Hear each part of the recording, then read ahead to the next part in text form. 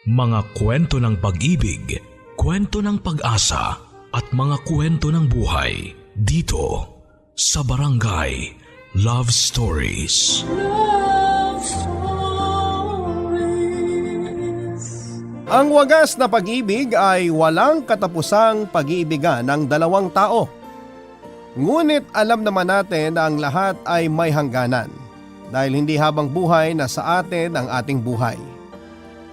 Ikaw, kapuso, hanggang kailan mo mamahalin ang taong hindi mo na kailanman makakapiling?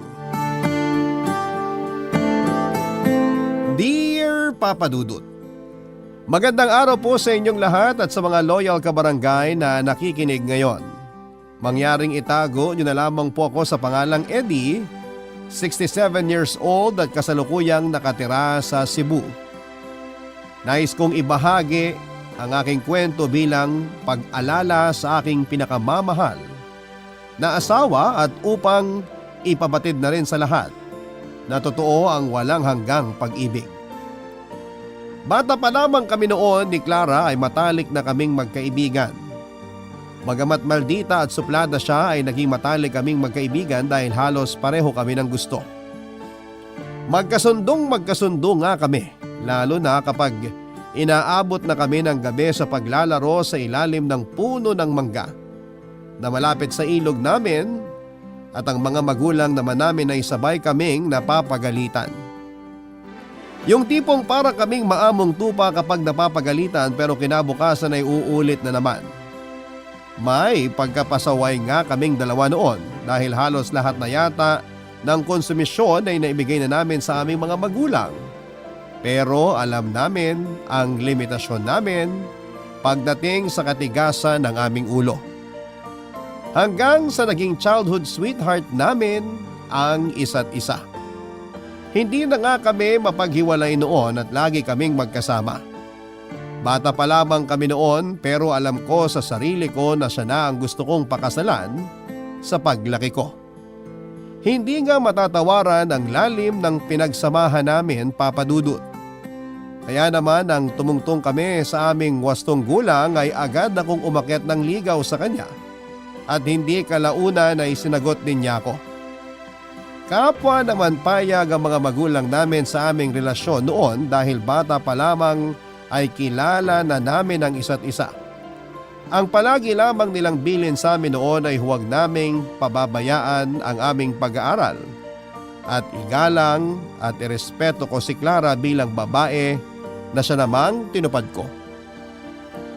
Napuno ng saya ang pagmamahalan ang buhay namin bilang magkasintahan at pakiramdam ko noon ay ako na ang pinakamaswerteng lalaki sa buong mundo dahil kasama ko ang aking minamahal na si Clara. Pero dahil matanda ako ng 1 taon kay Clara ay nauna akong magkolehiyo. At dahil doon ay pansamantala muna naming kinailangang lumayo sa isa't isa. Sa Maynila kasi ako napiling pag-aralin ng mga magulang ko. Dahil mas mataas daw ang kalidad ng edukasyon kung doon ako mag-aaral at magtatapos. Bagamat malungkot kami pareho ni Clara ay inisip na lamang namin na para rin sa aming kinabukasan ang gagawin ko.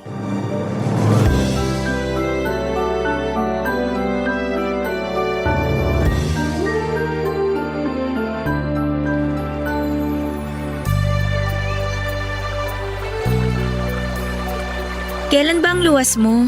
Sa Biyernes na, mahal. Malulungkot ka ba? Ano ba namang klaseng tanong yan? Siyempre, ang tagal din nating magkakalayo ah. Kung pwede nga lang na hindi na ako lumuwas eh. Hindi naman pwede. Nakaplano na yan eh. Tsaka yun din naman ang gusto ng mga magulang mo. Alam ko naman. Kaya lang nakakalungkot kasi. Ngayon lang tayo magkakahiwalay ng matagal. Mahal, para sa'yo rin naman to. Kung sa Maynila ka makakapagtapos ng pag-aaral, aba, sigurado ako magiging maganda ang kinabukasan mo. Natin, mahal. Hindi ko to gagawin para lang sa sarili ko, kundi para na rin sa pamilya ko at para sa ating dalawa. Sigurado ka na ba talaga sa akin? Oo naman. Di mo na dapat tinatanong yan. Alam na alam mo naman kung gaano kita kamahal. Alam ko naman yun. Ikaw ba? Di ka pa ba sigurado sa akin? Siyempre sigurado na ako sa'yo. Napakarami na nating pinagsamahan. Kilala na natin ang isa't isa at wala na tayong maitatago. Kaya alam ko sa sarili ko na ikaw na ang lalaking gusto kong makasama habang buhay. Ganon din naman ako sa'yo. Kaya hayaan mo at mag-aaral ako ng mabuti at magtatapos para makahanap ako ng magandang trabaho. Pag nagkataon, pwede na kitang pakasalan nun. Maghinay-hinay ka lang. Bata pa tayo, mahaba pang panahon natin. Di rin natin masasabi, mahal. Hiram lang naman natin sa Diyos ang buhay natin. Di natin alam kung kailan niya tayo babawiin. Basta huwag kang ma-pressure ha. Marami pa tayong panahon para pagplanuhan ang kinabukasan natin. Ayokong pumasok tayo sa isang bagay na hindi natin napaghahandaan. Hayaan mo. At tatandaan ko yung sinabi mo. Mag-aaral din ako ng mabuti dito para sabay nating bubuuin ang mga pangarap natin para sa kinabukasan. Natutuwa ako marinig yan mula sa'yo. Basta ipangako mo na hindi ka titingin sa ibang lalaki habang wala ako ha. Pangako ko sa'yo, hindi ako titingin sa ibang babae. Imposible yan, mahal. May mga mata tayo pareho. Ang ipangako dapat natin sa isa't isa ay kahit na gaano karami pang magagandang babae at makikisig na lalaki ang makita natin, mananatili pa rin ang pagmamahal natin sa isa't isa. Pangako yan, mahal. Di bale, at palagi kitang susulatan para naman hindi tayo masyado mangulila sa isa't isa. Maigi pa nga. Basta wag mo kong aalalahanin dito ha. Pagtuunan mo ng pansin ang pag-aaral mo. Basta wag mong kalimutan na sumulat sa akin pabalik ha, para alam ko mga nangyayari sa inyo rito. Makakaasa ka, pangako. Basta mag-iingat ka palagi doon ha. Huwag kang magpapalipas ng gutom. Kailangan mong kumain palagi para may laman yung utak mo. Oo naman. Sa pagtatapos natin nakasalalay ang kinabukasan natin. Ilarawan mo sa liham kung anong itsura ng Maynila ha. Alam mo namang pangarap ko makapunta ron, pero magastos kasi ang lumuwas. Hayaan mo't pag nakapagtrabaho na ako, ipapasyal kita sa Maynila. Libutin natin hanggat gusto mo. Ay, gusto ko yan. Pero wag mong pababayaan ang sarili mo doon. Kung may problema, sumulat ka kagad sa akin ha. Oo mahal, mag-iingat ako palagi. Pakakasalan pa kita eh. Papadudot ng magkasundo nga kami ni Clara ay lumuwas ako ng Maynila. Pero bago ko tuluyang umalis ay nangako pa kami sa isa't isa na susulat kami para kahit na magkalayo kami ay alam namin ang nangyayari sa isa't isa sa amin. Lalo na para hindi namin maramdaman na magkalayo kami. Papadudot sa totoo lang ay mahirap para sa akin ang malayo kay Clara. Pero kailangan ko yung gawin dahil gusto kong makapagtapos ng pag-aaral para mabigyan ko ng magandang buhay ang pamilya ko. At mapaghandaan na rin ang kinabukasan naming dalawa ni Clara. At sa unang buwan nga ng pananatili ko noon sa Maynila ay hindi ko napigilang mangulila sa aking kasintahang si Clara. Kaya naman sa tuwing may libreng panahon ako ay halos tambakan ko na siya ng mga liham na nagpapahayag ng aking pangungulila sa kanya.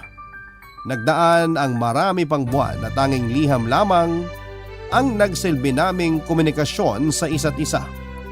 Makalipas nga ang 4 na taon, ay ganon ang naging sitwasyon namin pero kahit kailan ay hindi nabawasan ang pagmamahal namin sa isa't isa. Nang makapagtapos nga ako ng kolehiyo noon sa edad na 23, ay agad akong nagbalik sa aming probinsya dahil sabik na akong makitang muli ang aking pamilya, lalong-lalo na ang aking irog na si Clara.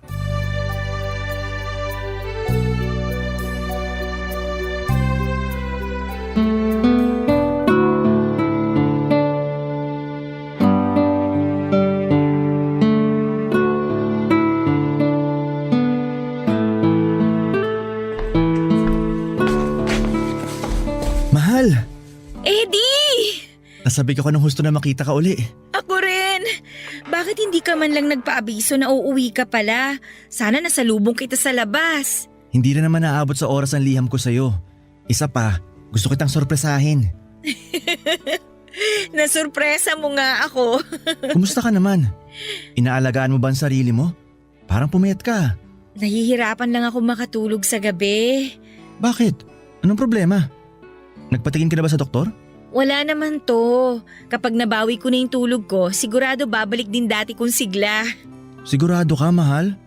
Nag-aalala ako sa'yo. Baka mamaya pinababayaan mo ng sarili mo. Huwag ka mag-alala, hindi ko pinababayaan ang sarili ko. Ay, siya nga pala. Kumusta naman ang balikbayan? Lalo kayatang kumisig dun ah.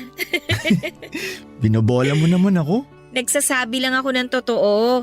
Baka nga mamaya may iba ka nang nagugustuhan dun eh. Malabong mangyari yan, mahal. Alam mo namang ikaw lang ang para sa akin. Di ko akalain na pagdududahan mo pa ako. Dapat yata pakasalan na kita ngayon eh. Oh, may problema ba, mahal? Bigla ka na tahimik.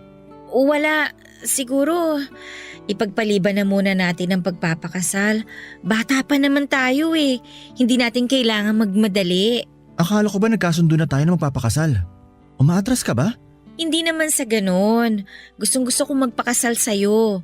Pero isipin mo mahal, wala pa tayong sapat na ipon para magpakasal.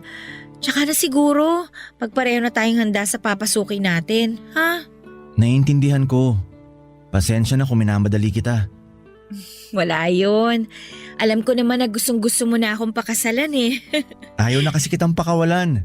Baka makahanap ka pa ng iba eh. Sira ka talaga. Hinding-hindi kita ipagpapalit sa kahit na sino. Ay, maiba ako. Nasaan pala mga magulang mo? Nasa bukid ang Itay. Si Inay naman nasa butika. Butika? Bakit? Sino may sakit? May nagpasuyo sa kanya na bumili ng gamot. Ganun ba? May pasalubong ako sa kanila eh. Talaga? Anong pasalubong yan? Mga gamit sa bahay. Maganda pero mura kaya nabili ko. Naku, matutuwa ang inay niyan. Meron din akong pasalubong para sa'yo. Para sa akin? Oo! Makakalimutan ba naman kita?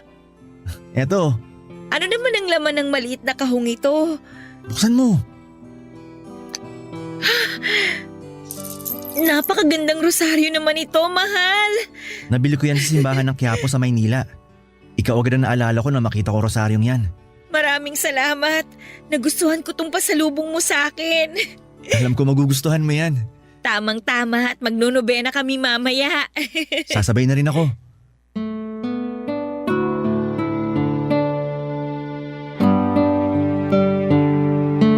Nakakatuwa na nagustuhan ni Clara ang simpleng regalo ko sa kanya at kinagabihan nga ay nag-novena kami.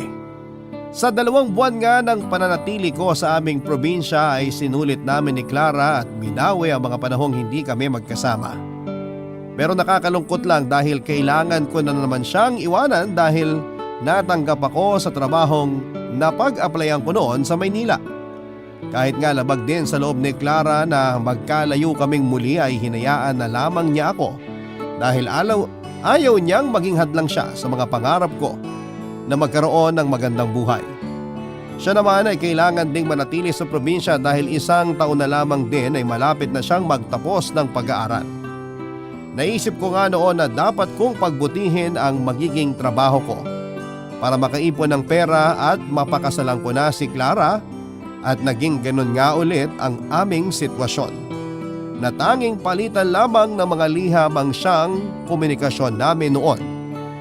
At dahil nga papadudot may telepono na noon sa pinagtatrabahuan ko ay paminsan-minsan akong nakikigamit noon upang matawagan ang kalapit ng naming bahay sa probinsya na merong telepono at doon naman ay nakikigamit si Clara at nagbabayad na lamang para sa abala ng pakikipag-usap ko sa kanya sa long distance call, Papa Dudut. Kontento naman kami noon ni Clara sa paraan namin ng pag-uusap dahil mainam pa ngayon kesa sa wala. Pero makalipas ang halos kalahating taon ay naging madalang noon ang pag-uusap namin at pagpapalitan ng sulat ni Clara na siya namang ipinagtaka ko. Dahil kilala ko siya at hindi siya papayag na hindi man lamang kami makapag-usap kahit na 1 araw. Pero hindi ko naman napigil ang sarili ko noon na mag-isip na baka nagsawa na siya at nagulat na lamang ako nang makatanggap ako ng liham mula kay Clara. Pero labis kong pinagtaka dahil hindi yon sulat kamay niya.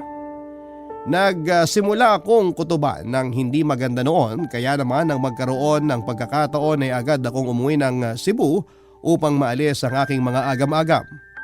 Pero ganoon na lamang ang aking pagkabigla, Papa Dudut, nang makita ang aking pinakamamahal na si Clara na nakaratay sa kanyang kama at hinang-hinana, Papa Dudut.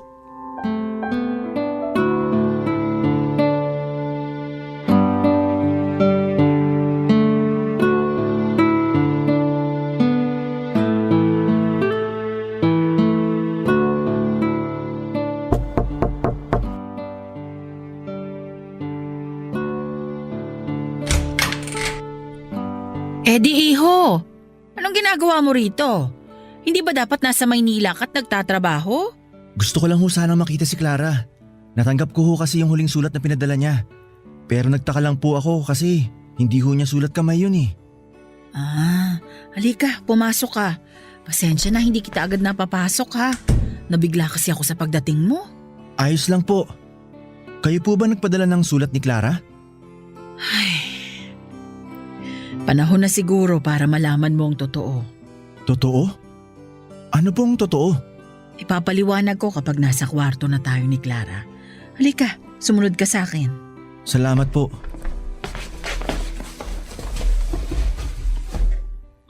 Tuloy ka, Eddie.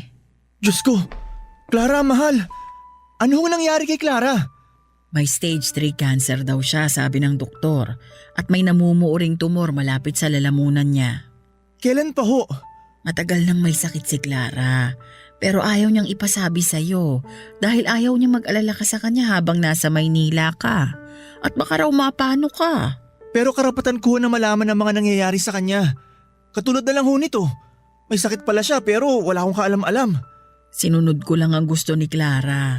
Madadaan pa naman ho yata sa gamutan to, tama? Ipagamot ho natin si Clara. Tungkol dyan, iho, lumala ang sakit ni Clara dahil wala kaming pera para maipagamot siya. Dahil doon, nagkaroon ng taning ang buhay niya. Ano po? Hindi to pwede mangyari kay Clara. Alam kong hindi ito ang tama na sabihin. Pero wala na tayong magagawa. Hindi na talaga nila kayang gamutin si Clara. Paano pong di na siya kayang gamutin? Sinubukan na ba nila? Hindi pa ho natin nasusubukan kaya wag sana kayo magsalita ng tapos. Di doktor na ang nagsabi na walang gamot sa sakit na kanser ni Clara. At hindi na rin nila maagapan dahil malala na ito. Diyos lang ho maaaring magpasya kung kailan niya babawiin ang buhay ni Clara. Kaya kailangan nating subukan ng ipagamot siya. Tutulong ho ako sa pagpapagamot sa kanya. O sige, sabihin na nating may pambayad ka sa pagpapagamot sa kanya. Pero anong kasiguruhan na magagamot nga nila ang anak ko? Gayong sila na mismong nagsabi na hindi na magagamot pa si Clara. Baka ho may ibang paraan. Huwag niyo naman ho sanang sukuan na lang basta si Clara. Sukuan? Eddie, higit kanino man ako ang labis na nahihirapan na makitang ganyan ang anak ko. Anak ko yan eh. Ako ang nag-alaga at nag-aruga sa kanya. Kaya huwag mong sasabihin sa akin na basta ko na lang sinusukuan ang anak ko. Pasensya na ho. Nabigla lang ho ako. Nay, Clara anak, anong gusto mo? May masakit ba sa'yo? wala ho. Parang naririnig ko po si Eddie. Mahal ko, andito nga ako. Iwan ko na muna kayo para makapag-usap kayong dalawa. Sige Eddie, ikaw nang bahala kay Clara ha? Eddie, anong ginagawa mo dito? Nasa Maynila ka, di ba? Umuwi ako kasi hindi magandang kutob ko sa huling sulat na pinadala mo. Hindi ganun ang sulat kamay mo eh. Naisip kong baka may problema at pagdating ko rito, meron nga talaga.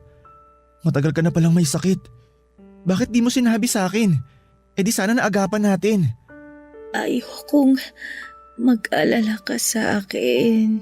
Anong klaseng dahilan naman yan, mahal? Hindi pwedeng hindi ako mag-alala sa'yo. Nobya kita at mahal na mahal kita.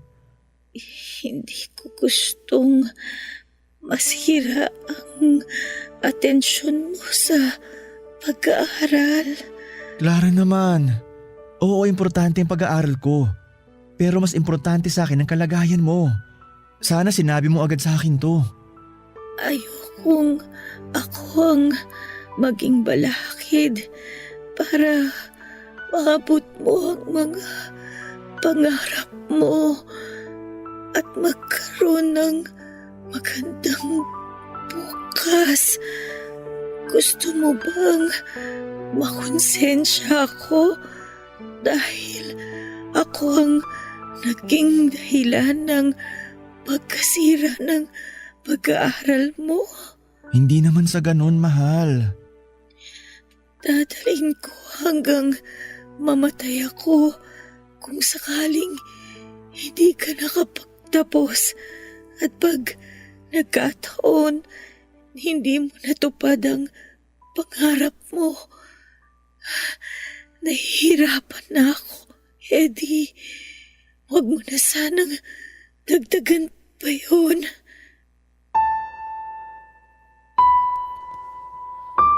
Papadudot dahil nga sa kalagayan noon ni Clara ay mas pinili ko na lamang na manatili sa Cebu para bantayan at alagaan siya.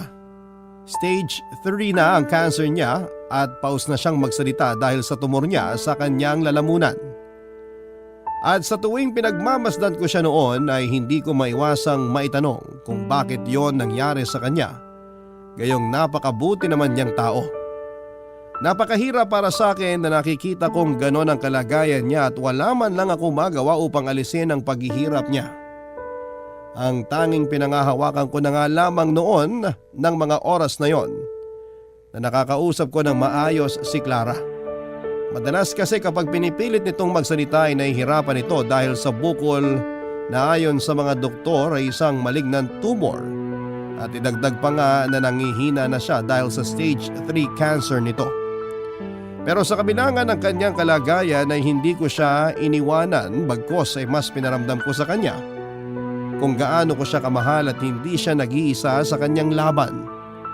Nais kong ipabatid sa kanya na kahit na anong mangyari ay hindi ko siya iiwanan.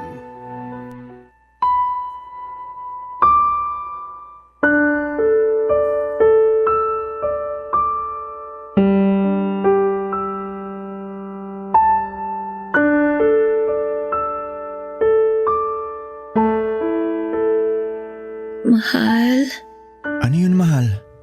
hindi ka pa ba napapagod sa pag-aalaga sa akin? Siyempre hindi. Bakit naman ako mapapagod? Katulad ng pagmamahal ko sa'yo, hindi ako mapapagod. Malapit na rin naman akong mawala. Kaya hindi mo na kailangang magsayang ng lakas at panahon.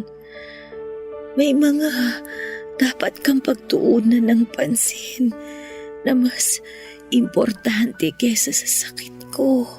Mahal, wag mo naman sanang sabihin yan. Lalaban tayo. Tatalunin natin yung sakit na nagpapahirap sa'yo. Salamat. Pero tanggapin na lang natin ang kapalaran ko. Clara naman, nangako tayo, di ba? Nangako tayo na magkasama tayong tatanda. Kaya bakit sumusuko ka na? Eddie, hindi mo pa nakikita ang itsura ko? Halos lang tanggulay na ako. Sa tingin mo ba, masasamahan pa kitang tumanda? Gagawa tayo ng paraan. Magpapagamot ka. May ipon ako, pwede nating gamitin yun. Nasisiraan ka na ba? Pera mo yun. Ilaan mo na lang yun sa mas may kabuluhan. Makabuluhan para sa akin ang mabuhay ka. Alam mo kung gaano ka kaimportante sa akin, Clara. Alam ko, Eddie. Kaya nga natatakot ako na baka masaktan lang kita sa pagkawala ko.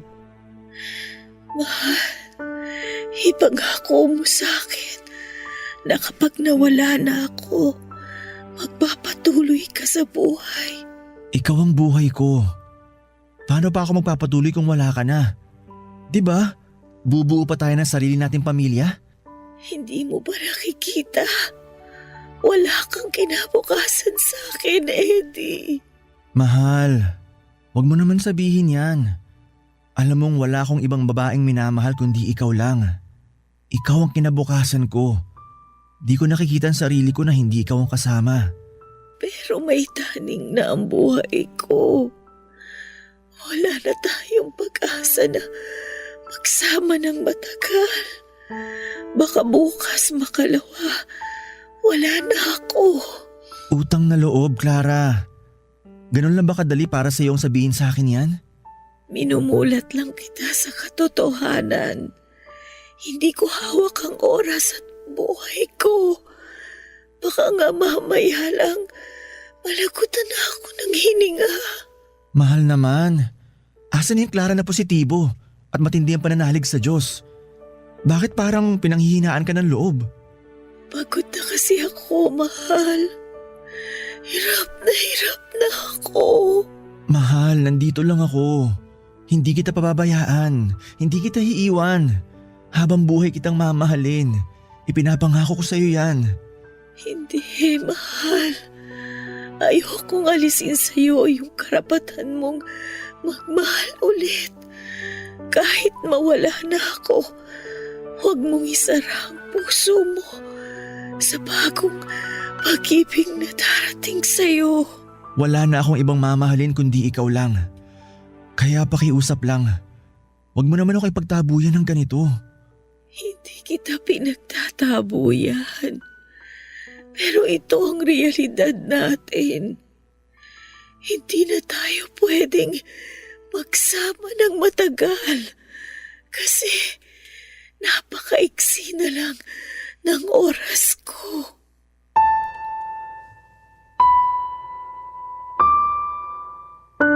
Papadudot na mulat ako sa katotohanan sa mga sinabi ni Clara sa akin. Doon ko napagtanto na hindi lang ako nananaginip ng masama, na totoo lahat ng nangyayari ng panahon na yon. At sa paglipas nga ng mga araw at buwan ay lumala ang karamdaman ni Clara na tila dumudurog sa aking puso. Kitang-kita ko kung paanong unti-unti ay nalalagas ang dating makapal niyang mga buhok.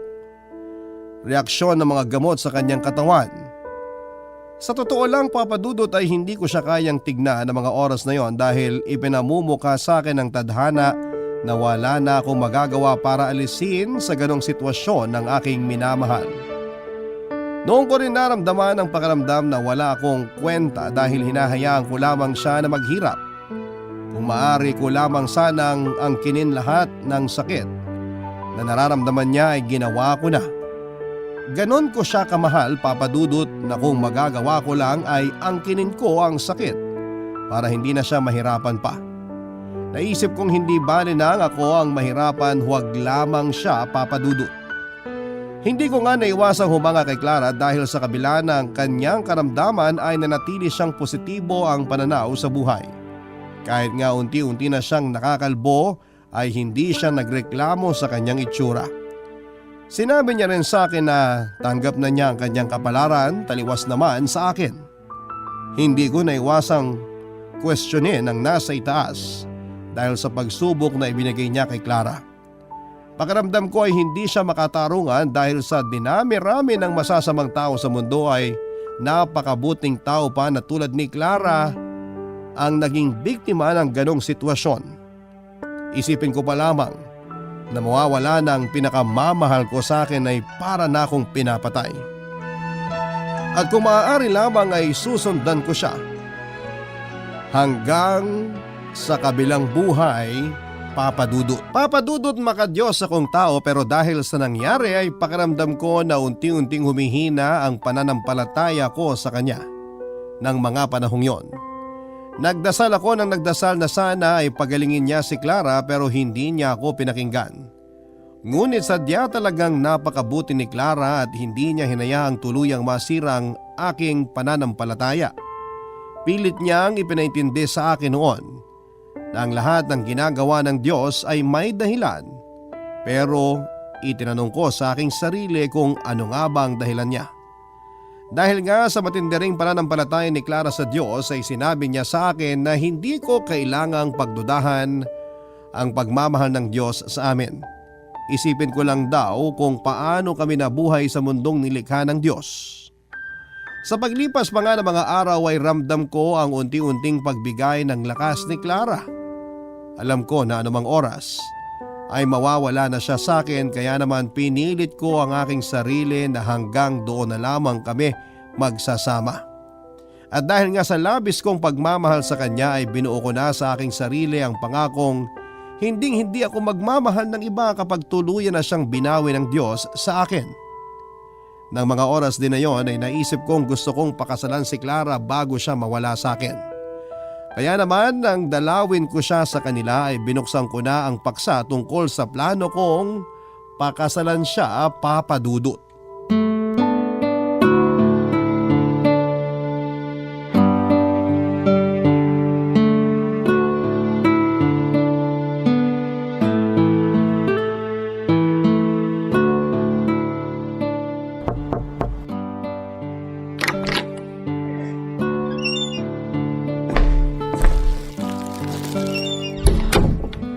Mahal, kumusta ka na? May pasulubong ako sa'yo. Nag-abala ka na naman. Ano ka ba? Alam mo namang basta ikaw, hindi ka abala sa akin. Ano ba yung dala mo para sa akin? Eto, hilaw na mangga. Kinuha ko dun sa paborito nating tambayan. Sabi mo nung nakaraan gusto mong kumain ito, di ba? Oo nga. May mga bunga na pala doon. Oo, meron na kaya nakakuha ko ron. Ano bang gusto mong sausawan? Asin o alamang? Asin. Sige, sandali lang. Ipagbabalat kita. Siya nga pala, mahal. Buo na desisyon ko. Desisyon? Na alin? Na pakasalan ka. Napag-usapan na natin to, di ba? Walang kasal na magaganap. Hindi kita itatali sa naghihingalong katawan na to.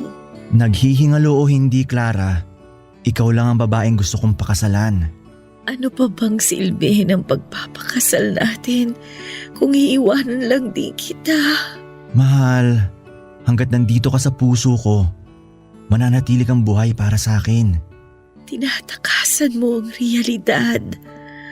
Sa tingin mo ba, matatahimik ako kung malalaman kong pinipilit mo akong buhayin sa mundo mo kahit napatay na ako?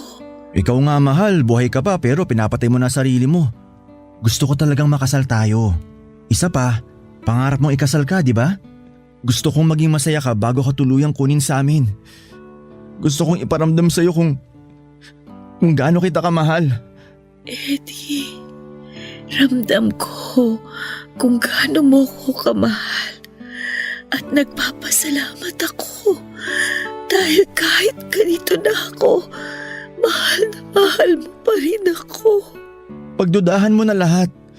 Huwag lang ang pagmamahal ko sa'yo. Dahil kahit anong mangyari, hindi ito mababawasan. Kaya pakiusap, pumayag ka na sanang makasal tayo.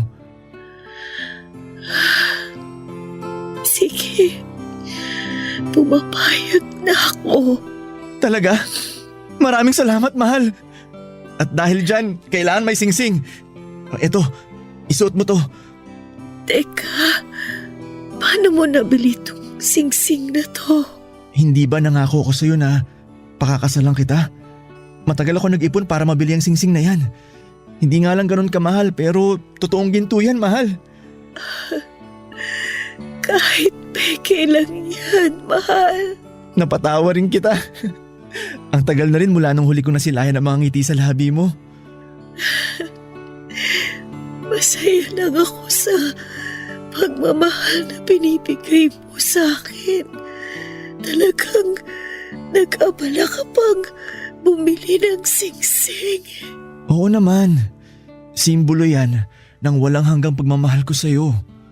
Mahal na mahal din kita. Kaso, pasensya ka na ha? Kasi maaga kitang maiiwan. Ayos lang, mahal. Alam ko naman magkakasama din tayo sa kabilang buhay.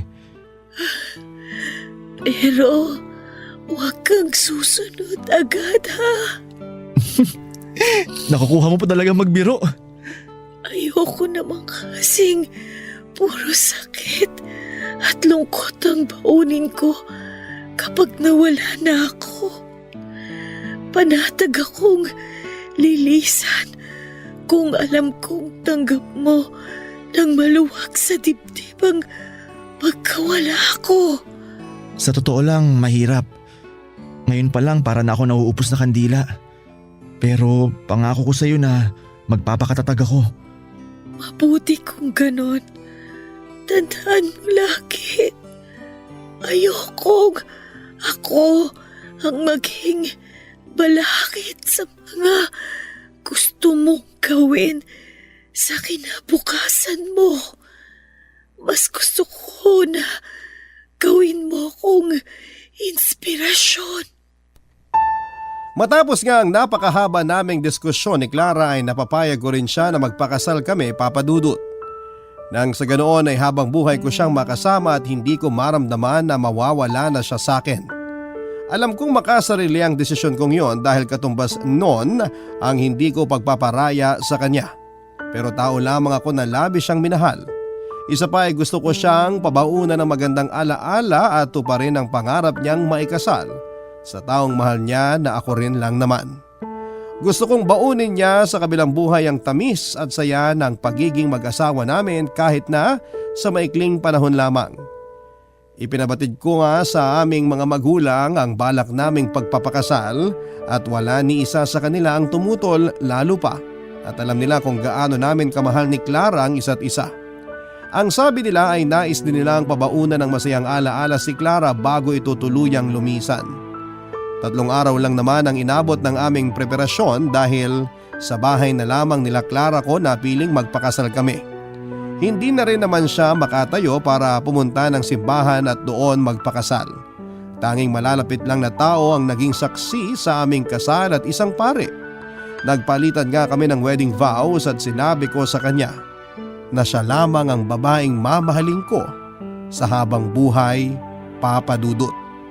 Nang maisuot ko na nga sa kanya ang singsing na simbolo ng aming pagmamahalan ay napagulhol siya ng iyak dahil sa tuwa at lahat din doon ay napaluha sa iba't ibang kadahilanan.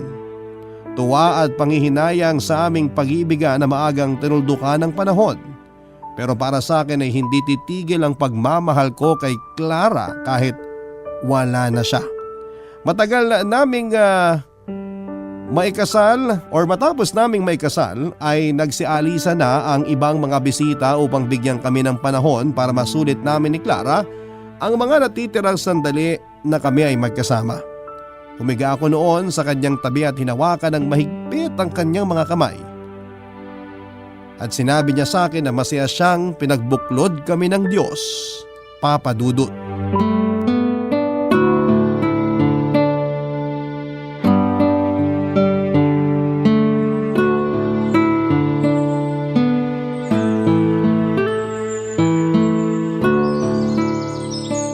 Mahal, Ano yun, mahal? makasarili ba ako kung sasabihin kong napakasaya ko na naikasal na tayo? Hindi. Bakit mo naman naitanong yan? Tsaka hindi lang ikaw ang masaya, pati ako. Nagdiriwang ang puso ko dahil sa wakas, iisa na tayo. Gusto ko pa sanang mabuhay ng matagal. Ayaw mo na kitang iwan. Pero anong laban ko sa Diyos kung gusto na niyang bawiin ang buhay na ipinahiram niya sa akin? Ang magagawa na lang natin, sulitin ang bawat sandali na nandito ka pa. Susulitin natin ang natitirang oras natin na magkasama. Napakaswerte ko dahil nakatagpo ako ng katulad mo. Maswerte din naman ako dahil ikaw ang babaeng nilaan niya para sa akin. Kahit na ilang oras pa lang tayong kasal, matindi ang pasasalamat ko na pinag-isang dibdib niya tayo. Walang katumbas na sayang naramdaman ko nung pumayag ka magpakasal sa akin. Nung una, ayoko talaga. Kasi pakiramdam ko, bibigyan lang kita ng walang hanggang pasakit at kalungkutan. Inisip ko na kapag nagpakasal ka sa akin, habang buhay mong dadalhin ang sakit ng pagkawala ko. Hindi naman malabo mangyari yun pero magtiwala ka sa akin. Kahit masakit, tatanggapin ko. Oo, may parte sa akin na ayaw kong pakawalan. Pero alam kong magiging maayos ka sa pupuntahan mo. Lugar na walang pasakit at paghihirap. Pero sana, kahit wala na ako, huwag mong isara ang puso mo na magmahal uli. Gusto kitang maging masaya hanggang sa huling araw ng buhay mo. Kasi hindi naman sa akin magtatapos ang ikot ng mundo mo. Napag-isipan ko na yan, mahal. Pero maniwala ka sa akin o hindi, wala na akong balak na magmahal uli. Ikaw lang ang babaeng mamahalin ko hanggang sa kahuli-huli ang sandali ng buhay ko. Masaya na akong mabuhay kahit sa mga masasayang alaala lang natin. Pero, mahal. Pakiusap, Clara. Ang mahalin ka habang buhay ang siyang kaligayahan ko. At kontento na ako na ikaw lang ang minamahal ko. Anong kabutihan ba ang nagawa ko at biniyayaan ako ng Diyos ng isang lalaking katulad mo? Basta lagi mong tatandaan na wagas ang pagmamahal ko sa'yo. Mahal na mahal kita. Mahal na mahal din kita. Mahal. Salamat nga pala at pinagbigyan mo ko na puntahan natin tong puno na tinatambayan natin noon. Nakakatuwa na nandito pa rin ang mga pangalan natin na inukit natin dito sa puno. Oo nga, mahal. At lumain man yan ng panahon, hinding-hindi yan mabubura katulad ng pagmamahal ko sa'yo. Ay, teka. Komportable ka ba dyan sa pagkakaupo mo? Oh, salamat. Gusto ko talagang mapanood mabuti ang paglubog ng araw. Alam mo, mahal, ikaw ang nagsisilbing araw ko. Ang nagsisilbing liwanag ng buhay ko. Salamat. Pero ito ang tatandaan mo, mahal. Sa bawat paglubog ng araw, muli itong sisikat na kahit pansamantalang baluti ng kadiliman ng mundo mo, may liwanag pa rin na kinabukasan para sa'yo. Kaya kahit na anong mangyari, wag kang panghihinaan ng loob dahil mahal na mahal kita at mananatili ako sa tabi mo kahit wala na ako. Alam ko. Pakiusap ko lang sana. Palagi mo akong gabayan mula sa itaas. Pag ako mahal ko, pwede mo ba akong yakapin ng mahigpit? Nilalamig ako. Sige. Pero kung gusto mo, iuwi na kita. Dito muna tayo sandali. Gusto ko munang magpahinga. Sige, mahal ko. Magpahinga ka lang. Andito lang ako. Matagal ko nang inihanda ang sarili ko anumang oras na lumisan si Clara. Pero nang makita ko kung paano niyang ibinikit ang kanyang mga mata na tila natutulog matapos ang bitin ng mga katagang yon, ay agad akong napahagulhol habang yakap ko siya sa aking mga bisig at nakita ko kung paanong walang buhay na lumaylay ang kanyang mga kamay. Umiyak ako ng umiyak habang yakap-yakap siya ng mahigpit at paulit-ulit na sinasambit kung gaano ko siya kamahal.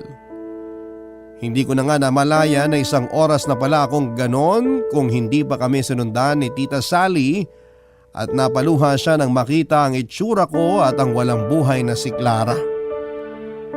Agad naman akong niyakap ni Tita Sally at sinabing makakapagpahinga na si Clara at ang mabuti pa raw ay iuwi na namin ito. Papa Dudut, hindi ko makakalimutan ang lahat ng masasaya at malulungkot na alaalang meron kaming dalawa ni Clara.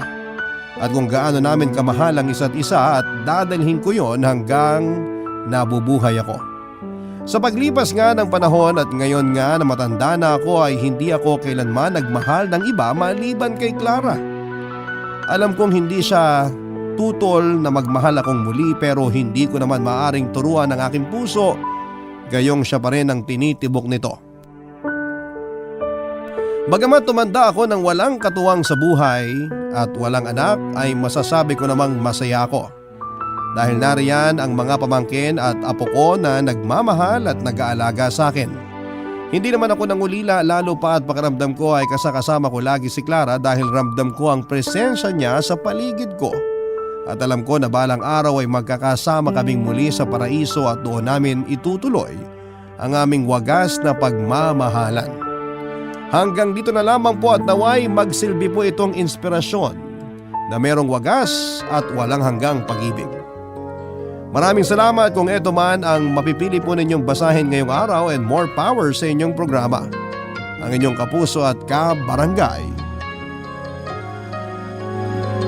Eddie. Sabay-sabay nating pakinggan ang iyong kwento ng pag-ibig, buhay at pag-asa. Ipadala lang sa barangaylovestories@yahoo.com. Nagustuhan ng iyong napakinggan? Ituloy yan via live stream sa www.gmanetwork.com/radio. Ang mga kwento ng pag-ibig, kwento ng buhay at kwento ng pag-asa dito sa Barangay Love Stories. Love Stories.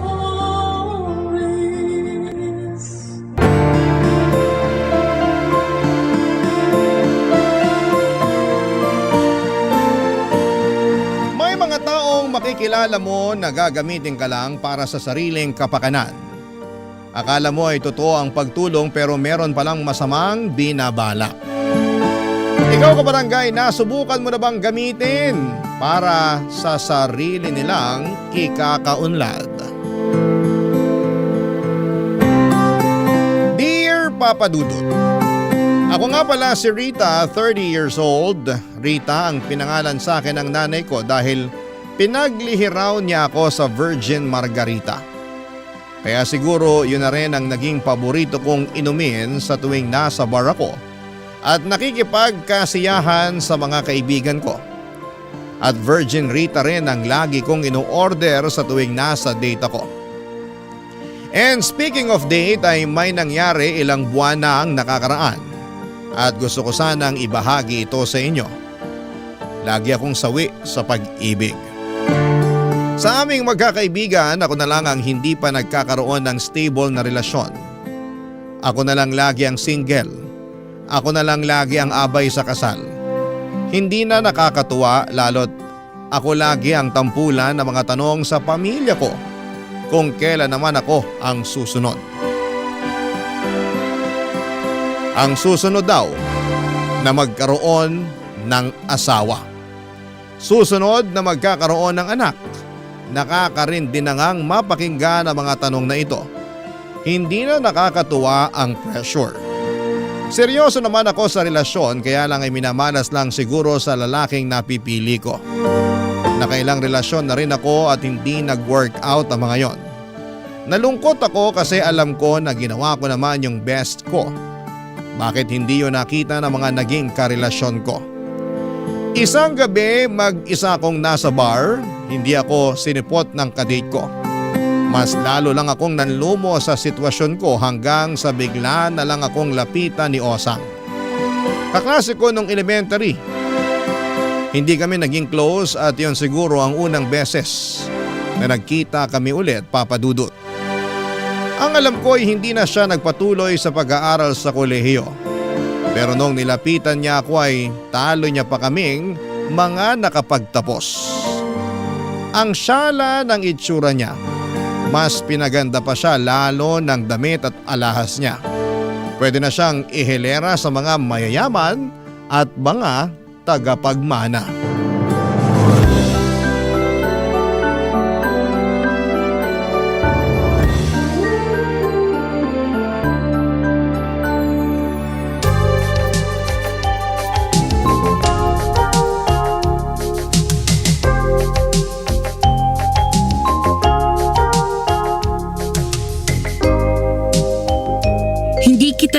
pala, Osang. Oh, sobra na ng ginanda ko.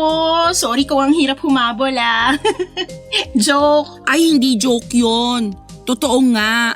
Ang hirap humabol sa ganda mo. Sinuwerte lang siguro sa buhay. Sana all swerte. Maganda ka rin naman. Ikaw nga tong laging pinapadala ng love letters ng mga lalaki sa kabilang section natin nung elementary tayo. Kung maganda ako, edi sana may boyfriend o asawa na ako ngayon. Hindi naman yan ang basehan ng kagandahan, no? Sinasabi mo lang yan kasi walang kahirap-hirap na nakadikit sa iyong kagandahan. Alam mo, hindi ka naman kulubot. Pero ang lakas mo makaampalaya ha. Mabuti pa samahan muna kitang uminom. Kwentuhan tayo. Anong drinks mo? Libre ko. Wow! Libre mo nga.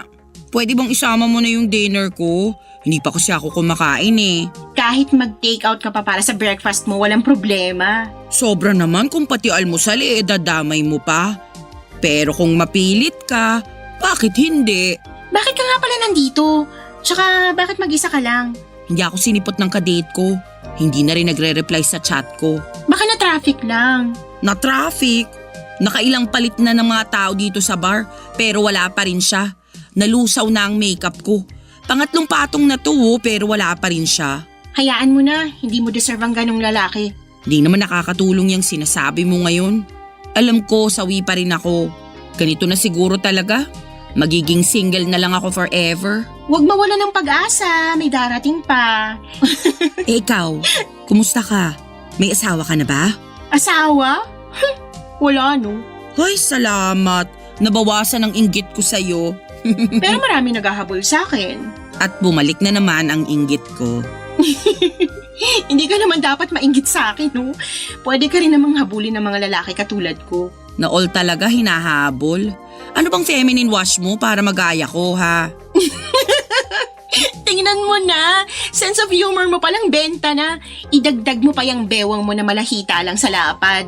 Take note po, kasasamgyupsal ko lang kaninang tanghali, ha? O diba, kailangan mo lang maging confident. Hindi, kailangan ko ng reto.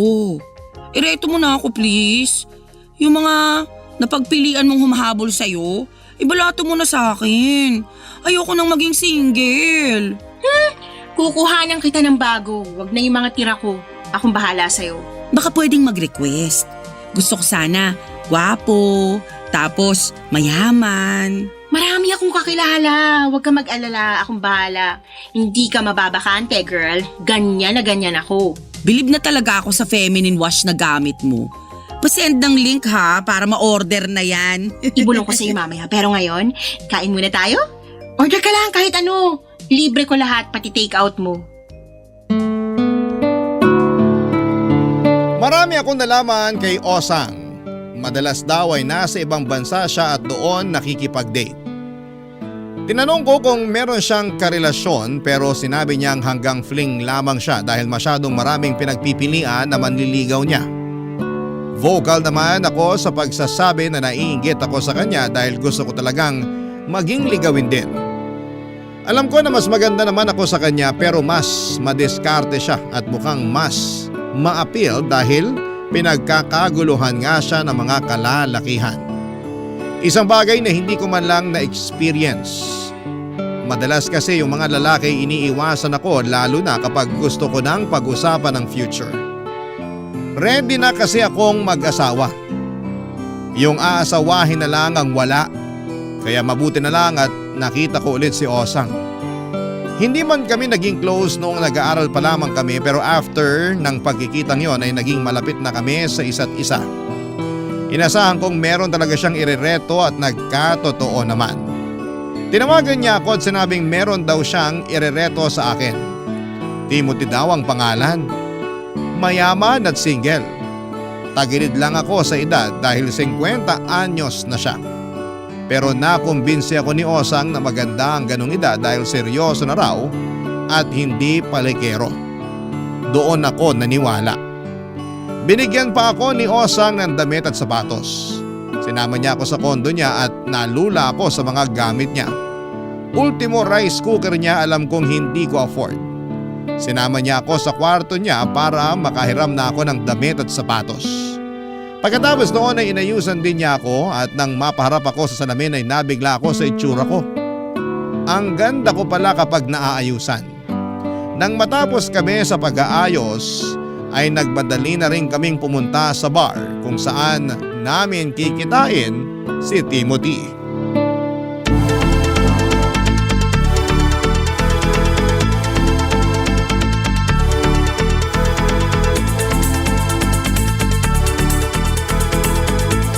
Sigurado ka bang magugustuhan ako ni Timothy? Ha? Ngayon ka pa ba magdududa? Panay ang lingon sa'yo ng mga lalaking nadaanan natin papasok dito sa bar. Si Timothy pa kaya? Kinakabahan ako. Paano kung di siya sumipot? Paano hindi sisipot? Nag-message na nga sa akin na nasa parking na raw siya. Umorder na raw tayo. Ay, ayoko nang may alak. Uminom ka, girl! Nakakadagdag ng confidence ang alak. Tsaka, para maging komportable din sa'yo si Timothy. Minsan kasi yung mga lalaki, kapag alam nilang nakainom na yung babae, dun sila gumagaling dumiskarte. Oh, heto na pala si Timothy. Ay, Osang. Hi Timothy, si Rita nga pala. Yung sinasabi ko sa'yo. Totoo nga ang sinabi mo, Osang. Lumalaban ang ganda ni... Lumalaban? Nanununtok. Oh, maiwan ko na kayong dalawa dyan kasi may appointment pa ako sa BGC. Pero Huwag Osang... ka nang umangal dyan. Ayoko maging third wheel. Basta, galingan mo lang sa paglalandi para ibahay ka na ni Timothy. Timothy, mauna na ako Ikaw nang bahala sa friend ko. Ingat, Osang. At salamat. 50 years old ka na talaga? Wala na talagang bawas. Tama nga si Osang. Magaling kang magpatawa. 30 lang kasi ako Saka mahilig pa sa sizzling spicy hotdog. Mahilig ka rin ba sa hotdog? Kinakabahan ka, no? Medyo. Ngayon lang kasi ako nagpareto. Nauubusan na kasi ako ng manliligaw Hayaan mo. Buong gabi kitang liligawan. Hindi pa man din nagsisimula ang ligawan, mukhang may panalo na. Huwag ka munang kampante. Baka malay mo. Pag nakalahati na nating tong date pumalya pala ako. Hindi ka papalya sa akin, basta Basta ano? ililibre mo ko ng sizzling spicy hotdog. Seryoso ka pala talaga sa sizzling spicy hotdog. Pero meron akong mas gustong seryosohin. Ano yun? Ikaw. Hindi ko napaghandaan yun Hindi ko rin naman kasi napaghandaan ang pagdating mo sa buhay ko. Alam mo, ang daming tao rito sa bar ngayon. Baka gusto mong lumipat. Hanap tayo ng mas tahimik na lugar. Sa simbahan na ba ang tuloy natin? Sa hotel. Sa hotel? May alam akong hotel na nagsaserve ng masarap na sizzling spicy hotdog. Tara na. Andito na rin naman na tayo sa bar. Meron namang sizzling spicy hotdog dito. Subukan na muna natin dito. Only sizzling spicy hotdog dun sa hotel. Pumayag ka na. Tara. Hindi na ako nakahindi pa kay Timothy lalo na noong tinitigan niya ako. Hindi siya ganoon kagwapo pero dala siguro ng suot niyang polo nagmukha siyang artista para sa akin. Saka ang bango niya. Nalaman ko rin na isa pala siyang dentist at may maliit na negosyo. Di mas lalo tuloy siyang naging gwapo sa paningin ko. Habang nasa loob nga kami ng sasakyan niya, Papadudot ay panay ang hawak niya sa kamay ko. Hinalikan pa niya yon, Papadudot, kaya nga kinilig na rin ako kasi nire-respeto pa rin niya ako. Naipit kami saglit sa traffic at nakapagkwentuhan pa kami. Marami siyang tinanong tungkol sa akin. Yun ang unang beses na may nagkaroon ng interest sa buhay ko. Pagkatapos noon ay nag-imagine ako bigla ng buhay na kasama siya. Sabi ko ay willing na akong i-give up ang career ko para lang maging housewife niya. Siyempre hindi ko sinabi yon sa kanya. Nang makarating na kami sa hotel ay nag-shower muna siya dahil feeling daw niya kumapit lahat ng usok sa kanya sa bar. Ako naman ay tumawag na sa front desk para umorder ng sizzling spicy hotdog at virgin Rita. Nang matapos si Timothy, sa paliligo ay sa kanya ako tinabihang umupo sa gilid ng kama. Nahiya ako, Papadudot, dahil bagong ligo siya at medyo umatras pa ako. Ngumiti lang siya at sinabing walang kaso sa kanya kahit na hindi ako maligo. Kinilig ako roon Pagkatapos ay hinalikan niya ako at ewan ko kung bakit mabilis akong nagpaubaya. Hanggang sa hindi ko na lang namalayan na may nangyari na sa aming dalawa. Buong gabi ay magkayakap kaming dalawa. Pabangon-bangon lang kami para magpapak ng sizzling spicy hotdog. Sinabihan din niya akong manood ng TV at nakailang beses na may nangyari sa amin ng gabing yon. Kaya naman mabilis din akong nakatulog. Pagkagising ko ay umaga na. Mag-isa ko na lang sa kwarto, hinanap ko si Timothy pero nag-iwan na lamang siya ng note at sinabing hindi na niya ako ginising dahil may biglaan daw na appointment sa kanyang clinic. Sinabi niyang bayad na lahat ng in-order kong sizzling spicy hotdog at ang kwarto. Inengganyo pa niya akong umorder ng breakfast ko dahil nag-iwan siya ng 5,000 piso para sa akin. Papadudot kinilig ako dahil may lalaking nagbigay sa akin ng pera. Pero nawala agad yon nang maalala kong hindi ko pala nakuha ang Facebook o cellphone number niya. Papadudot. Barangay Love Stories. Barangay Love Stories. Hindi ko muna pinaalam kay Osang ang nangyari. Umaasa ako magpaparamdam pa rin si Timothy at naghihintay lamang ako ng update kay Osang tungkol kay Timothy. Nakakahiya kasi kung ako yung magpapahabol or maghahabol samantalang si Timothy naman itong mukhang interesado sa aming dalawa. Panay ang check ko sa cellphone at mabilis kong sinasagot kapag may tumatawag. Mabilis naman akong madismaya kapag nalaman kong mga rider lamang pala ito na nasa labas ng bahay para iabot ang parcel ko. Panay din ang check ko ng Facebook ko para i-check kung nag-send ng friend request si Timothy o kaya ay kung nag-PM na siya sa akin. Ginawa ko na rin public ang profile ko sa Facebook para mabilis malaman ni Timothy na ako yon. Kaya lang ay 2 linggo na ang nakakalipas pero wala pa rin. Kaya naman ako na lang ang naghanap kay Timothy sa Facebook. Lahat na ata ng may pangalang Timothy ay chinek ko na pero wala siya roon. Ang mysterious naman niya. Wala na akong ibang naging choice kundi ang sabihin na ang lahat kay Osang. Total ay siya naman tong nagreto kay Timothy sa akin. Kaya malamang ay meron siyang alam tungkol sa kanya. Nakipagkita muna ako kay Osang sa parehas na bar kung saan niya ipinakilala sa akin si Timothy. Papasimplihin ko lang siya ng tungkol kay Timothy. Gusto ko talagang malaman kung bakit hindi na niya ako kinokontak. Nung una ay nakipag-tsikahan muna ako sa kanya. Nalaman ko na kababalik lamang niya from Singapore kaya kasama ang kanyang manliligaw. Nakaramdam naman ako ng pagkainggit. Nalaman ko rin na meron siyang bagong manliligaw at balak siyang idala sa Paris. Mapapasana all ka na lamang talaga kay Osang. Noong natapos na siyang magkwento, saka naman ako naglakas ng loob para magtanong tungkol kay Timothy. Nakatatlong virgin Rita ako bago ko binuksan ang topic tungkol sa pang-ghost sa akin ni Timothy Papadudut.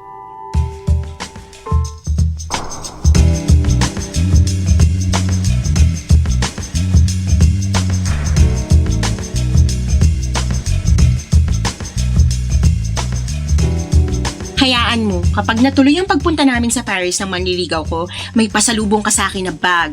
Yung katulad nung gamit ni Heart Evangelista. Ay, ang saya naman. So, kumusta pala si Timothy? Timothy? Yung nireto mo sa akin nung nakaraan? Ah, si Timothy. Wala akong balita sa kanya eh. Di ba kayo yung magkasama? Bakit sa akin ka nakiki-update? Kasi after naming mag-hotel. Nag-hotel na kayo? Ang bilis din naman pala ng galawan mo. Kung alam ko lang na i-ghost niya ako, sana hindi na ako nagpakaladkad sa kanya sa hotel. Hayaan mo na, mukhang nag-enjoy ka naman eh. Nag-enjoy ka ba? Nag-enjoy kaming dalawa. Hindi niya ako ginudge sa dami ng sizzling spicy hotdog na in-order ko. Tinuloy mo talagang sizzling spicy hotdog? Doon lumalakas ang loob ko kapag naaanghangan yung dila ko eh. Parang yun ang alak ko. Anyway, naglambingan kaming dalawa. May nangyari pa sa amin. Tapos nagkadal pa kami habang nanonood ng TV. Nakakakilig naman. Konti na lang, ako na yung magsasana all dito ah. Sige nga, magsasana all ka pa ba sa sitwasyon ko kapag nalaman mo na kinabukasan, bigla na lang nawala si Timothy? Hindi man lang siya nagpaalam sa akin. Hindi ka ginising? Hindi, napasarap ang tulog ko kasi nga nakarami ako ng sizzling spicy hotdog. Tapos nakarami rin kami sa alam mo na. Pinagod mo siya, kaya ka siguro ginost. Alam mo may edad na yung tao tapos nakailang rounds pa kayo. Winasak mo sigurong tuhod niya, be. Pero bakit hindi man lang siya nagpaalam na aalis na siya? Tapos hindi ko man lang nakuha yung number at Facebook niya. Wala akong contact sa kanya. Kaya nga inaya kitang lumabas ngayon kasi gusto kong makibalita tungkol sa kanya. Nako, sa akin ka pa umasa hindi ko rin naman ka-close yung si Timothy. Wala naman ako masyadong alam sa kanya. Bakit mo ako nireto sa kanya? Parang pinahamak mo lang ako eh. Kakilala siya ng dating manliligaw ko. Tapos yung dating manliligaw ko na yun, brin ako na sa Facebook. Uripot kasi. Kaya sorry Rita, hindi kita matutulungang hanapin si Timothy. Akala ko naman siya na yung forever ko. Pwede namang mag-try na lang ulit sa iba. Parang ayoko na. Last na si Timothy. Huwag kang sumuko agad. Kung si Timothy nga nabighani mo ng sobra sa ganda mo, paano na lang yung ibang irereto ko sa'yo? Di hamak na maseryoso ang mga yon at may sinabi sa buhay. Gwapo na ba yung irereto mo? Ang importante rito, mukha silang mabait.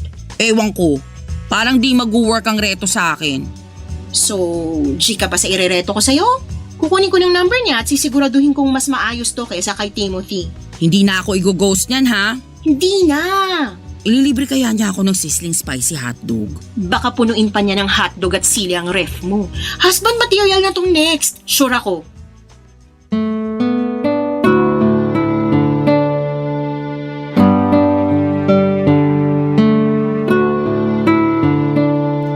Pinanghawakan ko ang salita ni Osang. May tiwala naman ako sa kanya lalo na noong sinabi niyang husband material na ang next na irereto niya sa akin. At para makabawi, nilibre niya ako ng kahit na anong pagkain. Nag-take out na rin ako para naman may makain ako kinabukasan. Nawala na rin kahit papaano ang sama ng loob ko kay Timothy dahil alam kong mapapalitan naman yon ni Osang na mas matino at hindi na manggo-ghost. Yun naman kasi ang pinangako niya. Inaya ko kinabukasan ni Osang para magpasalon. Pinakulayan niya ang buhok ko at pinaayos ang kilay ko. Pagkatapos ay pina-foods pa niya ako at pina-facial treatment na rin.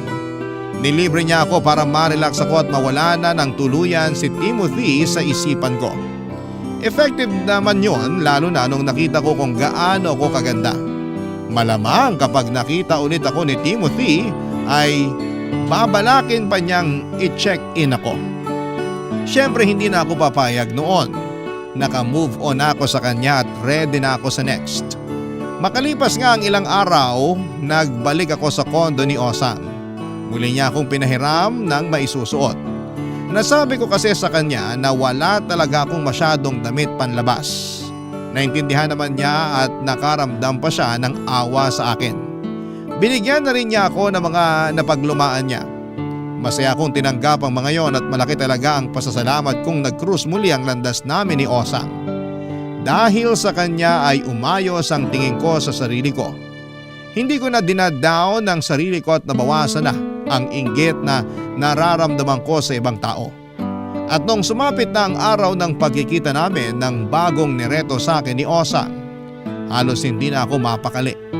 May takot pa rin na baka maulit lang ang nangyari pero inassure ako ni Osang na hindi na yon mangyayari. Dahil matinuraw si William. Ang bagong lalaki na nireto ni Osang para sa akin.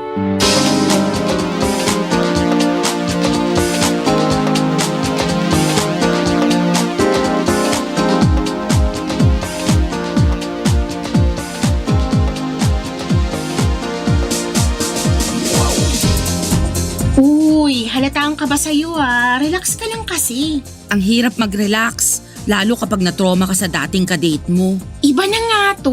Move on ka na kay Timothy, okay? Hindi na natin siya pagbubuksan ng pinto kapag pumatok siya. Hindi na talaga. Ang pangit niya ha. Mas may itsura ng konti itong si William. Ay, sa wakas. At mas mayaman din at mas matalino kaysa kay Timothy. Bongga. Kaya lang, Okay, bumalik na naman ang kaba ko. hindi naman ito masyadong malaking issue. Kaya lang mas matanda siya kay Timothy eh. Bale, 55 years old na siya. Sige, G lang. Andito na tayo eh. Nakatikim na rin naman ako ng 50 anyos. Ano ba naman yung titikim ulit ng mas matanda ron? Yan ang gusto ko sa'yo eh. Lumalaban. Oh, nandiyan na pala si William. Hello, Osang. Hi, William. Si Rita nga pala. Hi, William. Totoo palang sinabi mo, Osang. Na maganda ako? Sinabi niya ng dating nireto niya sa akin. Pero anong nangyari? Wala namang nagawa ang ganda ko sa pang-ghost niya. Pagpasensyahan mo na tong kaibigan ko, William. Matindi lang ang bubog dun sa nang ghost sa kanya. Pero okay na siya. Ready to mingle na. Di ba, Rita? Normal lang naman siguro matroma. Okay lang yan, Rita. Naiintindihan kita. May nang ghost din sa akin dati pero pinatawad ko na lang. Ang ikli ng buhay para magtanim pa ng galit. Tama!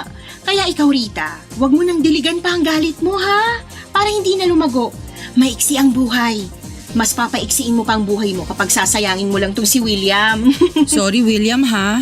Hayaan mo, itutubig ko lang to para ma-flush down na tong kabiteran ko. Total, mukhang nagkakamabutihan na kayo. Pwede na ba akong umalis? Maaga pa kasing flight ko bukas. Okay na kayo rito?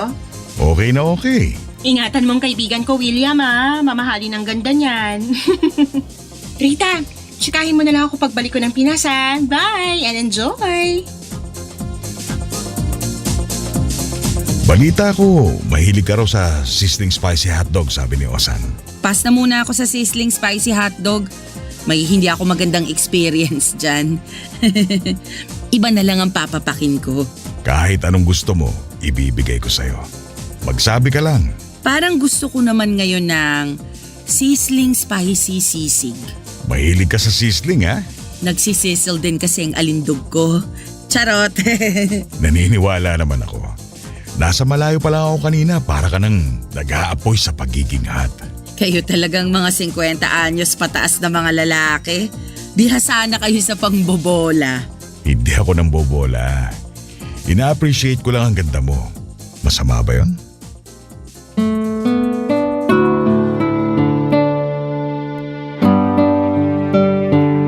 Kinilig ako sa mga papuri ni William. Ang hirap talagang maging marupok. Palibasa ay hindi ako palaging nakakatanggap ng papuri kaya kapag meron ay pinapatos ko na at hindi pinapalagpas pa. Nagkape lamang kami ni William at hindi raw siya umiinom ng alak. Dagdag points yon para sa akin. Alam kong seryoso na siya. Nagkwekwentuhan kaming dalawa at marami na rin akong nalaman sa kanya. May mga maliliit siyang negosyo at nagkaroon siya ng asawa pero nagkahiwalay na sila matagal na. Wala naman daw silang naging anak. Nakahinga ako ng maluwag sa mga nalaman ko. Kinakabahan kasi ako na baka sa edad niyang yon ay gawin lamang niya akong kabit. Natawa na lamang siya at sinabing wala siyang planong mangabit. Masyado raw siyang busy sa negosyo niya para magdagdag pa ng sakit ng ulo. Nakarami na ng punto si William sa akin. Lalo na nung inaya niya akong maglakad-lakad para magpababa ng kinain. Kung saan kami napadpad, nanakit na nga ang mga paa ko lalo't naka-heels pa nga ako noon. Sinabi ko sa kanya na uuwi muna ako para magpalit ng suot at tinatid naman niya ako pauwi sa bahay. Hinintay niya akong makapagpalit at noong lalabas na kaming muli ay sinabi niya sa akin na gusto raw niya akong makasama ng ilang araw. Masyado daw siyang excited na makilala ako. Kinilig ako roon. Sinabi niya na mag-check-in na lamang kami kahit 4 na araw lang. Nagmamadali na ako mag-impake at pagkatapos noon ay nagtungo na kami sa hotel na sinasabi niya. Aaminin kong may nangyari agad sa amin ni William. Sa unang beses na nagsama kami sa kwarto, hindi na rin ako nakapagpigil. Lalo't habang tumatagal ay gumagwapo siya sa paningin ko. Mas nakailang rounds kami ni William, mas marami kesa kay Timothy. Mas malakas pa nga ang tuhod ni William. Agad-agad ay nakalimutan ko papadudot ang pait ng pang-ghost ni Timothy. Dahil sa tulong na pagmamahal na pinaramdam sa akin ni William, Papa Dudut. Barangay Love Stories. Barangay Love Stories. Papa Dudut, ilang gabi na nga kaming magkasama ni William sa hotel. Nag-sick leave ako sa trabaho para lang makasama siya. Mabuti na lang at may kalayuan ang trabaho ko sa hotel kaya hindi ako mahuhuli isa man sa mga katrabaho ko. Saka halos hindi na nga kami lumalabas ng hotel ni William. Mas gusto namin na magkasama lamang kami sa kama habang nanonood. Saka lang kami lumalabas ng kwarto kapag may bibilhin kami sa mga convenience store. Happy na ako noon kesa naman i-ghost ako, Papa Dudut. Maaga nga akong gumigising lagi para masiguradong hindi pa ako gino-ghost ni William. Hindi naman niya ginawa yon. Nakahinga tuloy ako ng maluwag at hindi pala talaga siya katulad ni Timothy. Mabuti na lamang talaga at ang sarap ulit magtiwala. Sa ika-4 at huling araw namin ay in-enjoy na namin ang mga huling oras namin sa hotel. Hinayaan ako ni William na mabusog sa sizzling spicy sisig at Virgin Rita. Lahat ng gusto kong pagkain ay in-order ni William. Gusto talaga niya na maging komportable na rin siya sa akin. Yung tipong kahit wala akong ayos ay panatag akong humaharap sa kanya. Lagi pa rin niyang sinasabi na ang ganda ko. Kaya mas nakakatulong yon para tumaas ang confidence ko. Kaya naman lumakas na rin ang loob ko na tanungin kung ano pa yung mga next na plano namin after noon. Nag-aayos na kami ng mga gamit namin, hinihintay na lang namin ang check-out time namin. Kinuha ko ang pagkakataon na yon para mapalalim pa ang relasyon naming dalawa, Papa Dudut.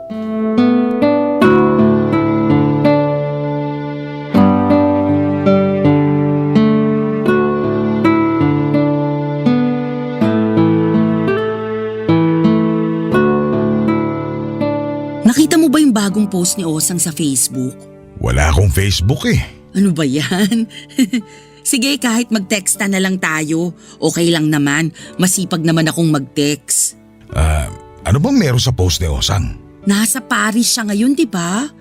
Ang dami niyang ganap. Ang ganda pala talaga ron. Oo. Maganda ron. Nakapunta ka na? Isang beses lang.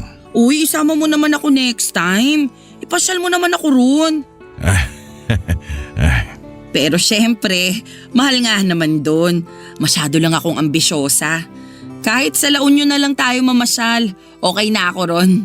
Hindi pa kailangan ng passport. Maganda rin sa La Union. Mag-beach tayo, saka masarap magkape ron, lalo kapag sunset. Ano, G tayo?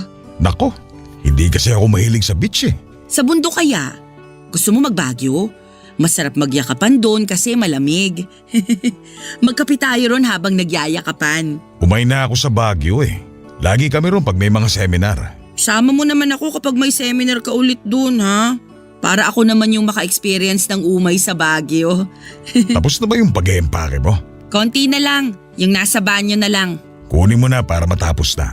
Patuyuin ko lang saglit.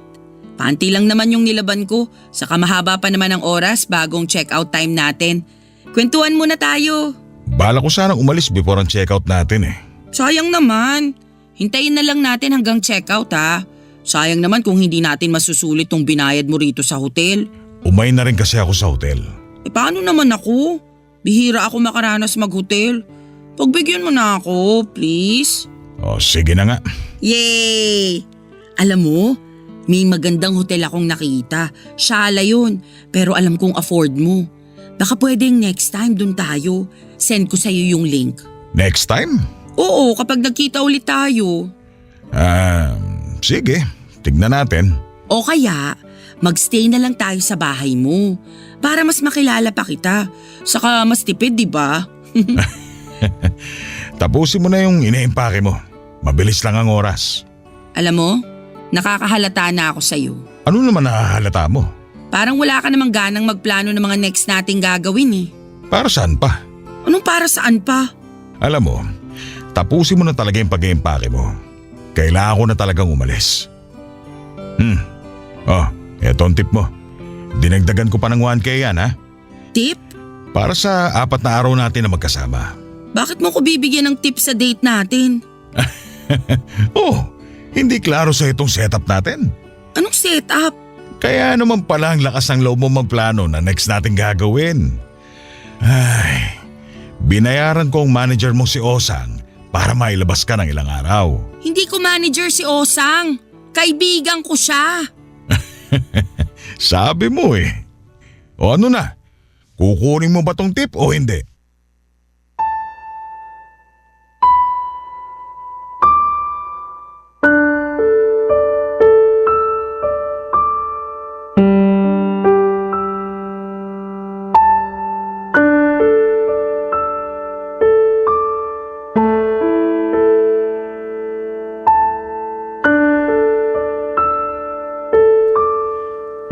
Papadudot para kung nanliit habang pilit na inaabot ni William ang ilang libong piso sa palad ko. Hindi ko yun tinanggap pero iniwan na lamang niya sa ibabaw ng kama para kunin ko kapag natauhan na raw ako. Pagkatapos noon ay nagmadali na siyang lumabas ng kwarto para umalis na. Naiwan naman akong mag-isa sa hotel tulad ng nangyari sa amin ni Timothy. Doon ko naisip na ganon din kaya ang ginawa ni Timothy. Naging babaeng bayaran ba ako sa kanya nang hindi ko nalalaman. Kaya ba nagmamadali na siyang umalis kinabukasan at hindi na nagpaalam sa akin? Benenta ba talaga ako ni Osang? Naiyak na lamang ako habang pinagmamasdan ng ilang libong pisong nasa ibabaw ng kama. Totoong nakakatuksong kunin yon, Papadudot, para ipangtapal sa dignidad ko. Pero Papadudot, meron akong ibang mas nararamdaman noong araw na yon. Galit. Galit para kay Osang. Binugaw niya ako nang hindi ko nalalaman. Hindi ko sinabi kay Osang ang tungkol sa mga nalaman ko, Papadudot. Hinintay ko muna siyang makabalik ng Pinas bago ko siya kumprontahin. Panay ang check ko ng update sa Facebook niya para malaman kung pabalik na nga ba siya. Ilang araw din ang tinis kong hintayin bago umuwi si Osang. Minessage ko siya kaagad at nakipagkita ako sa kanya. Hindi naman ata nakahalata si Osang. Pumayag siyang makipagkita sa akin sa bar kung saan niya ako laging inihaharap sa mga nirereto niya sa akin. Nanginginig ako noon, Papadudot, habang papalapit sa kanya. Gusto ko na siyang sabunutan noon pero gusto ko siyang mismo ang umamin sa mga panggagamit niya sa akin. Nang makita niya ako ay sinalubong niya ako at saka bineso. Naramdaman niya ang panginginig ng katawan ko. Inisip niyang gutom lamang ako o kaya naman inorderan niya ako ng makakain. Tahimik lamang ako noon at nakamasid sa kanya habang nagkikwento siya sa mga nangyari sa kanya sa Paris, Papadudot.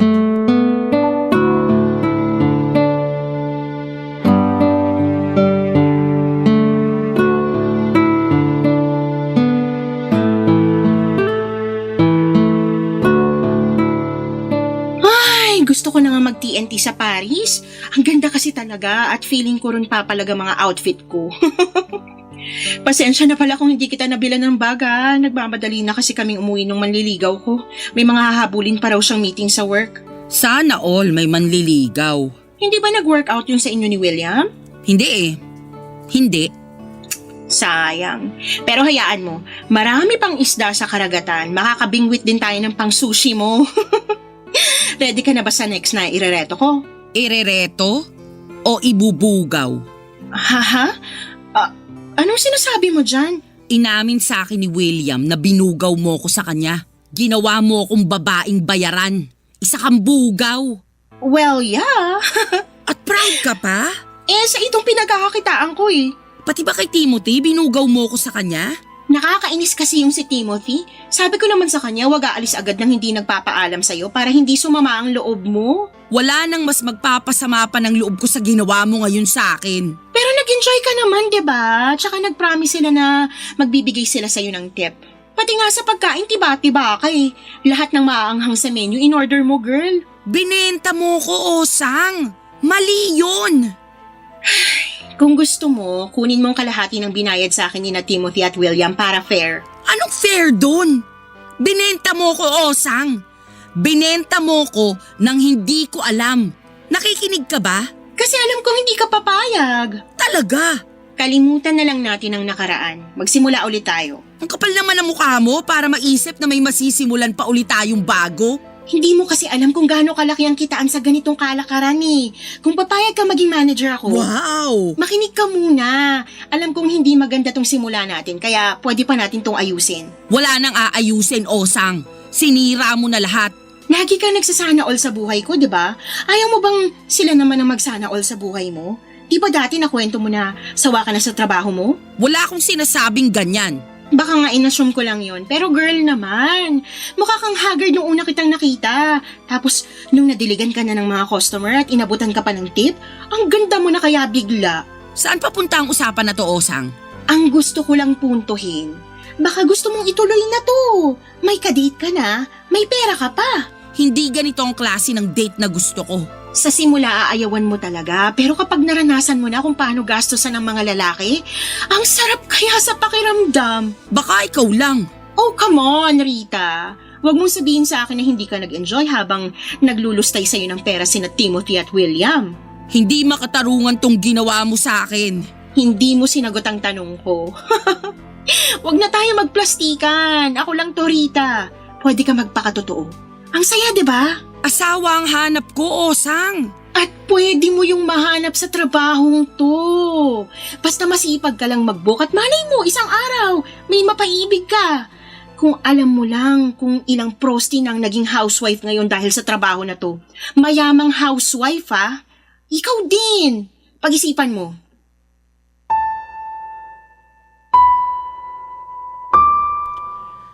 Natahimik ako sa huling sinabi ni Osang Papadudot.